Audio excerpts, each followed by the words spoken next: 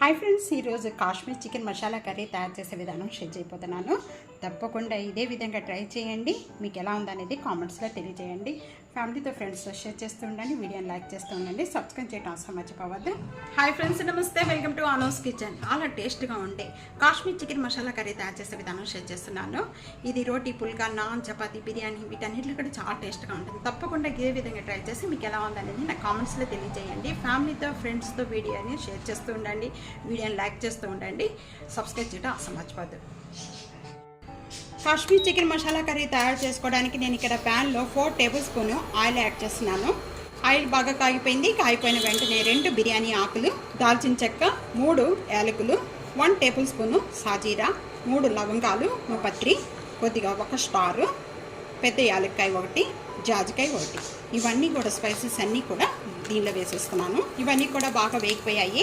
వేగిపోయిన వెంటనే కూడా ఒక 3 ఆనియన్స్ అండి, మీడియం సైజ్ ఆనియన్స్. 500 గ్రామ్స్ చికెన్కి 3 onions, 1 table spoon salt add చేస్తున్నాను. సాల్ట్ యాడ్ చేయడం వల్ల ఆనియన్స్ తొందరగా వేగిపోతాయి.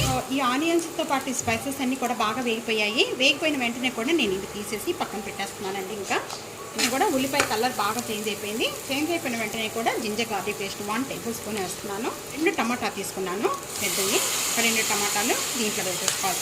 వేసి ఒక 2 మినిట్స్ వరకు కూడా లో ఫ్లేమ్లో మగ్గించేసుకుంటే సాఫ్ట్గా అయిపోతుందండి టమాటా. ఇప్పుడు చూద్దాము. మూత ఓపెన్ చేసి ఈ ఆనియన్స్ అంతా కూడా బాగా సాఫ్ట్ అయిపోయింది. వెంటనే కూడా ఇంకా మనం ఇక్కడ దీంట్లో డ్రై మసాలా యాడ్ చేసేసుకుందాం. Tablespoon red chilli powder, 1 tablespoon Kashmir red chilli powder, 1/2 tablespoon black pepper powder, 1 tablespoon ధనియా పౌడర్, 1/2 టేబుల్ స్పూన్ పసుపు, 1/2 టేబుల్ స్పూన్ జీరా powder, 1 tablespoon chicken masala powder. ఈ చికెన్ మసాలా పౌడర్ మీ దగ్గర లేకపోతే కనుక దీని బదులు బిర్యానీ మసాలా పౌడర్, లేకపోతే మటన్ మసాలా పౌడర్, లేకపోతే గరం మసాలా పౌడర్, ఈ మూడిట్లో ఏదో ఒకటి యాడ్ చేసుకోవచ్చు. ఇక్కడ నేను చికెన్ మసాలా పౌడర్ యాడ్ చేస్తున్నానండి. ఇవన్నీ కూడా డ్రై మసాలా పౌడర్ అన్నీ కూడా దీనిలో వేసేసుకుందాము. ఇవి కూడా బాగా కలిపేసుకోవాలి. యాడ్ చేసిన వెంటనే కొద్దిగా 1 గ్లాస్ వాటర్ అనేది యాడ్ చేసేసుకుంటే ఈ మసాలాలన్నీ కూడా బాగా కలుస్తాయి. పెట్టేసేసుకొని ఒక 5 మినిట్స్ వరకు కూడా మగ్గించుకొని మధ్య మధ్యలో మూత ఓపెన్ చేసి చెక్ చేస్తూ ఉండండి. ఇప్పుడు మూత ఓపెన్ చేసి చూద్దాము.